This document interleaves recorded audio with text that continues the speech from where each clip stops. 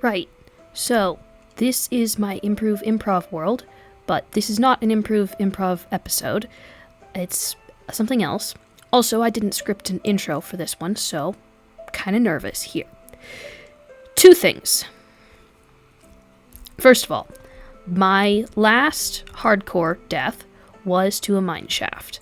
Now, aside from just practicing my improv, I also want to practice not dying in this world, so that I can last longer on my hardcore worlds.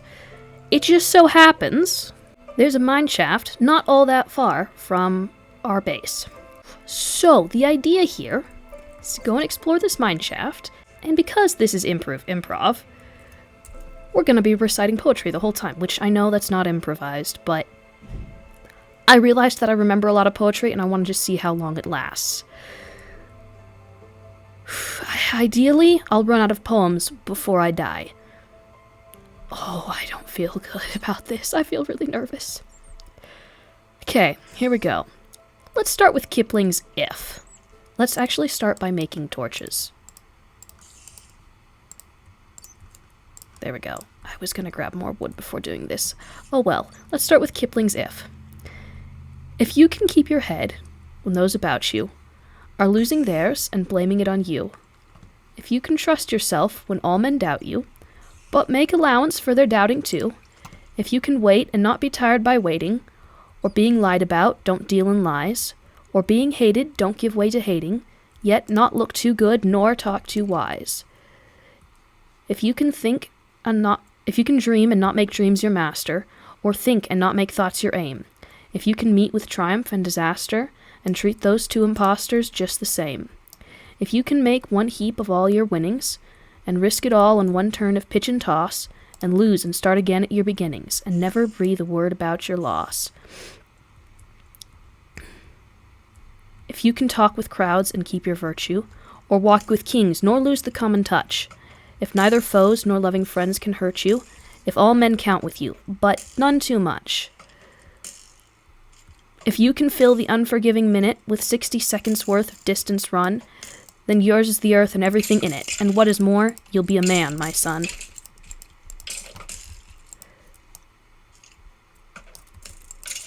Okay. That's 1 poem down.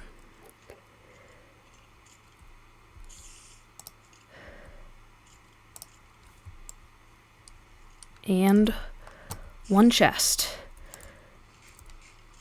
And some food.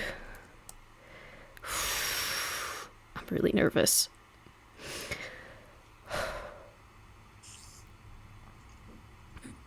Do songs count as poems? I kind of don't want to do Mythopedia again, which is a poem. This is my favorite poem. But, I do it all the time.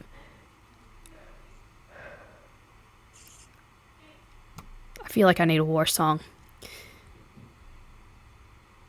Harry Truman, Doris Day, Red China, Joni Ray, South Pacific, Walter Winchell, Joe DiMaggio, Joe McCarthy, Richard Nixon, Studebaker, Television, North Korea, South Korea, Marilyn Monroe, Rosenberg's H-Bomb, Sugar Ray, Panmunjom, Brando, King and I, and the Catcher in the Rye, Eisenhower vaccine, England's got a new queen, Marciano, Liberace, Santayana, goodbye, we didn't start the fire.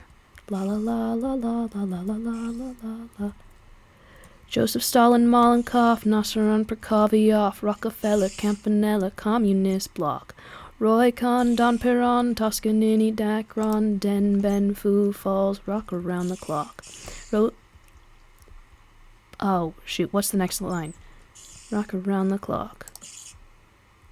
Davy Crockett, Peter Pan, Anthony Presley, Disneyland, Bado. Nope, that's not it. Den Ben Phu Falls, Rock Around the Clock.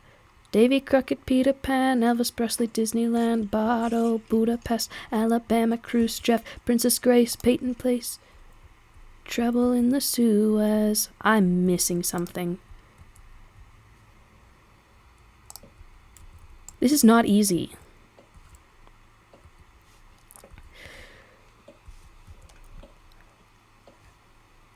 How about...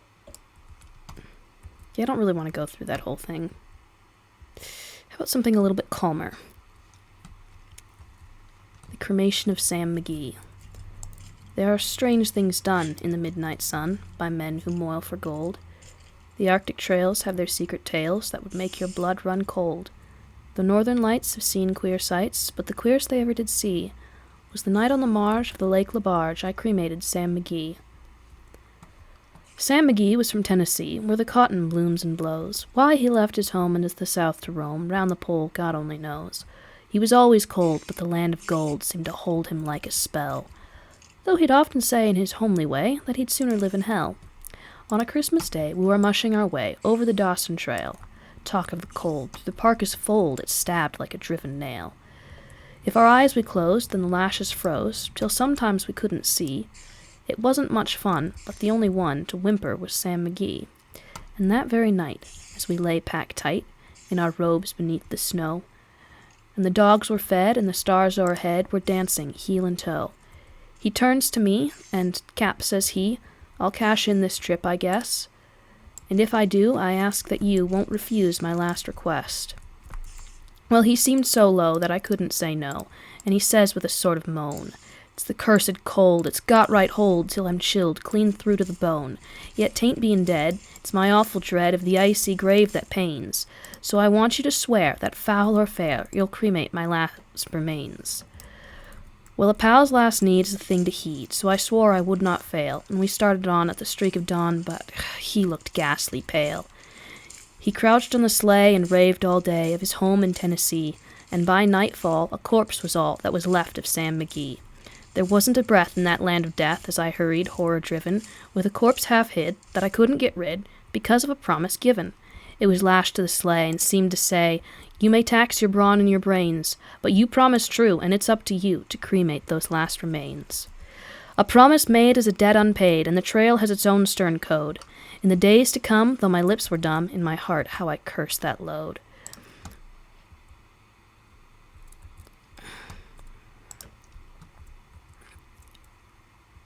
I always get stuck on this part.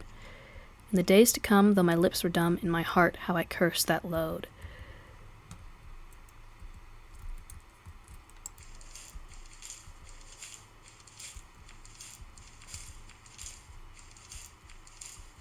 And on I went, though...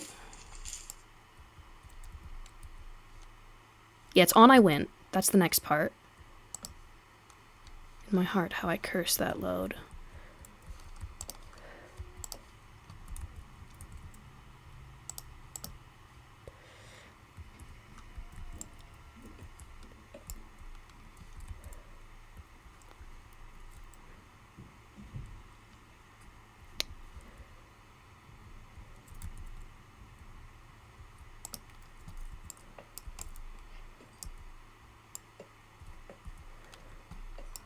In the... Nope. No, On I Went is the start of another poem. I'm about ready to look it up. Ah, no. Shoot. Shoot.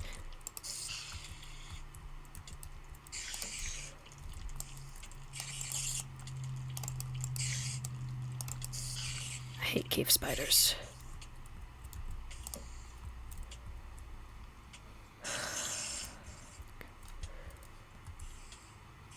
Now we wait for it to wear off, and then we heal up.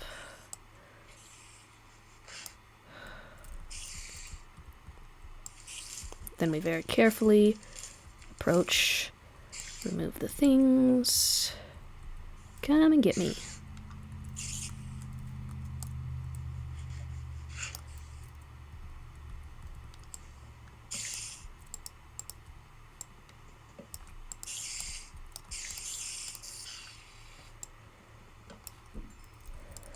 Cave spiders are kind of idiots, though.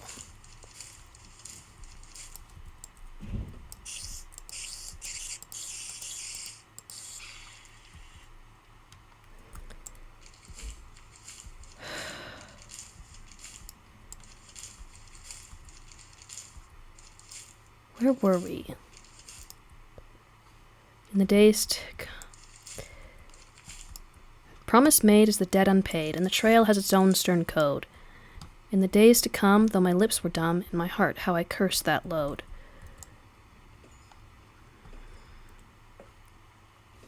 In the long, long night, by the lone firelight, while the huskies round on the ring howled their woes to the homeless snows, how I loathed that thing. And every day that quiet clay seemed to heavy and heavier grow, and on I went, though the dogs were spent and the grub was getting low.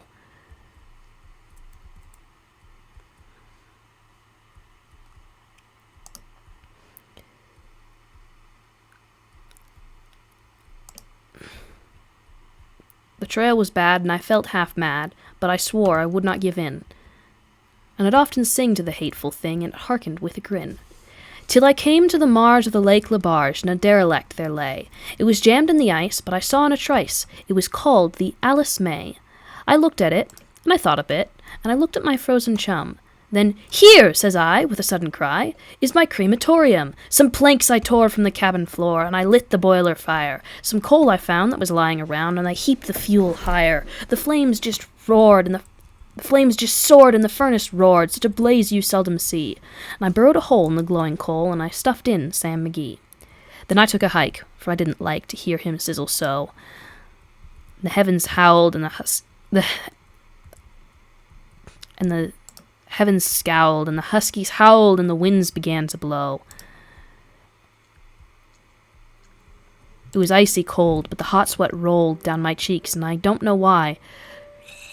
And the greasy smoke in an inky cloak went streaking down the sky. I do not know how long in the snow I wrestled with grisly fear, but the stars came out and danced about, ere again I ventured near. I was sick with dread, but I bravely said, "I'll just take a peep inside. I guess he's cooked, and it's time I looked." Then the door I opened wide. And there sat Sam, looking cool and calm, in the heart of the furnace roar. He wore a smile I could see a mile, and he said, "Please close that door. It's fine in here, but I greatly fear you'll let in the cold in the storm. Since I left Plum Tree, back in Tennessee, it's the first time I've been warm. There are strange things done in the midnight sun by men who moil for gold. The Arctic trails have their secret tales that would make your blood run cold. The northern lights have seen queer sights, but the queerest they ever did see was the night on the marge of the Lake Labarge I cremated Sam McGee." Maybe I should do Mythopedia, just because I know that one better. Of course, as soon as I say that, I'm going to stutter again. But, yeah, anyways. Mythopedia. You look at trees and label them just so. For trees are trees, and growing is to grow.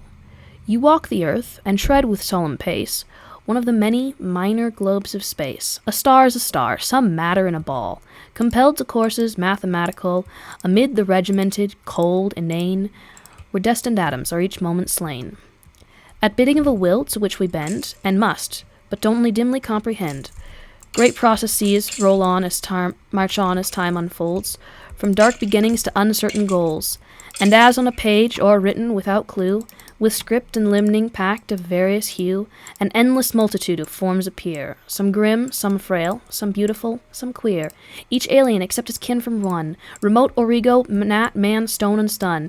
God made the petrous rock, the arboreal trees, Tellurian earth, and stellar stars, and these homuncular men who walk upon the ground, with nerves that tingle, touched by light and sound, the movement of trees, the wind and boughs, green grass, the large, slow oddity of cows, thunder and lightning, birds that wheel and cry, slime crawling up from the mud to live and die.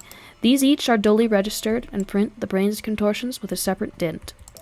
But trees are not trees, until so named and seen, and were never so named until those had been, whose speech involuted breath unfurled, faint echo and dim picture of the world.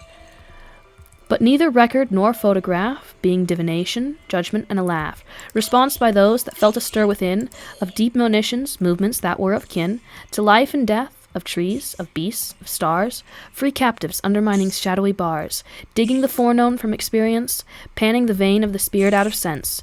Great powers they slowly brought out of themselves, and looking backward they beheld the elves, who wrought on cunning forges in the mind, and light and death on secret looms entwined. He sees no stars who does not see them first, of living flowers. Hang on. He sees no stars who does not see them first. Of living silver made that sudden burst to flame like flowers beneath an ancient song, whose very echo after music long his sense pursued. There is no firmament, only a void. Unless a jeweled tent, myth woven in elf pattern, there is no earth, unless a mother's womb from whence all have birth. The heart of man is not compound of lies, but draws some wisdom from the only wise, and recalls him still, though now long estranged. Man is not wholly lost nor wholly changed. Disgraced he may be, yet is not dethroned, and keeps the rags of lordship once he owned. His world dominion by creative act, his to worship the great artifact. Man, sub-creator, the refracted light, through whom is splintered from a single white into many hues, and endlessly combined, in living shapes that move from mind to mind. Though all the crannies of the world we filled with elves and goblins, though we dared to build gods in their houses of dark and light, and sow the seeds of dragons, 'twas our right, used or misused, that right has not decayed. We make still by the law in which we were made. Yes, wish-fulfillment dreams we spin to cheat, our timid hearts an ugly fact defeat. Whence came the wish, and whence came the power to dream, of some things fair and others ugly deem? All wishes are not futile, nor in vain. Fulfillment we devise, for pain is pain, not of itself to be desired, but ill, or else to strive and to subdue the will alike are graceless. And of evil this alone is deadly certain: evil is. Blessed are the timid hearts that evil hates, that quail in its shadow, yet shut the gate, that seek no parley, but in a guarded room, though small and bare, upon a clumsy loom, weave tissues gilded by the far-off day, hoped and believed in under the sway. Blessed are the men of Noah's race that build their little arks, though frail and poorly filled, and steer through winds contrary towards a wraith, a rumour of a harbour guessed by faith. Blessed are the legend makers with their rhyme of things not found within recorded time. It is not they that have forgot the night, or bid us flee to organized delight, or perfumed isles of economic bliss, forswearing souls to gain a Circe kiss, and counterfeit at that, machine-produced, bogus seduction of the twice seduced. Such isles they saw afar, and ones more fair, and those that hear them yet may yet beware. They have seen death and ultimate defeat, but they would not in despair retreat, but off to victory turn the lyre, and kindled hearts with legendary fire, illuminating now, and dark hath been, with the light of suns as yet by no man seen. In paradise perchance the eye may stray from gazing upon the everlasting day, to see the day illumined, and renew from mirrored truth the likeness of the true. Shoot. In paradise they look no more awry, and though they make anew, they make no lie. Be sure they still will make, not being dead, and poets shall have flames upon their head, and harps whereon their faultless fingers fall, there each shall choose forever from the all. No, I missed something. Hang on. In paradise perchance the eye may stray from gazing upon the everlasting day, to see the day illumined, and renew from mirrored truth the likeness of the true. Then looking on the blessed land 'twill see that all is as it is, and yet made free. Salvation changes not, nor yet destroys garden nor gardener, children nor their toys.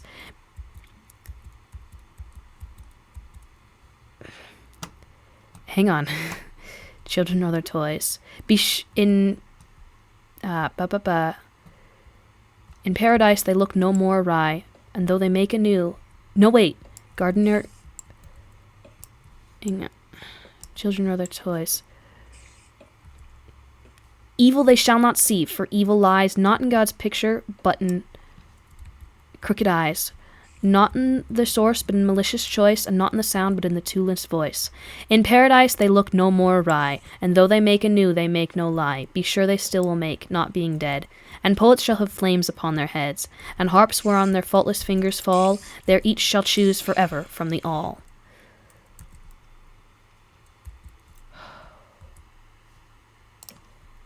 Okay. I'll tell you a tale of a silly young king who played with the world at the end of a string, and he only loved one single thing, and that was just a peanut butter sandwich. His subjects were all silly fools. For he had passed a royal rule that all that they could learn in school was how to make a peanut butter sandwich. Oh, wait, that was not the next line. The next verse was...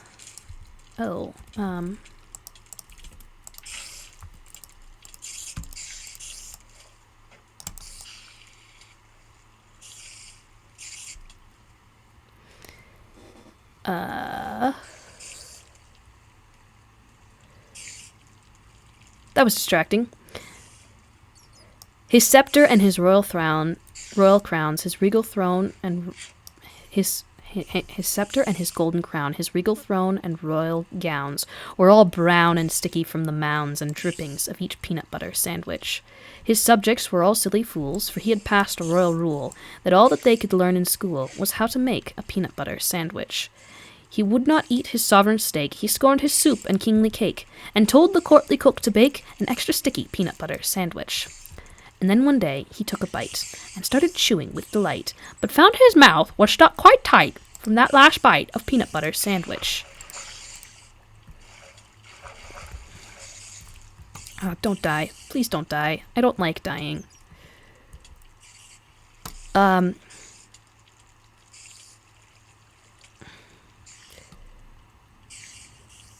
His brother pushed, his sister pried. The wizard pulled, his mother cried. My boy's committed suicide from eating his last peanut butter sandwich. The dentist came and the royal doc. The royal plumber banged and knocked, but still those jaws stayed tightly locked. Oh, darn that sticky peanut butter sandwich. Ah! I died. Well, so that last one was Peanut Butter Sandwich by Shel Silverstein. And, well, I died, so I'm calling it there. Long story short, after 20 years of tears and toil, they crack open that peanut butter sandwich with the help of all the subjects in the kingdom, and then the first thing he asks for is a peanut butter sandwich.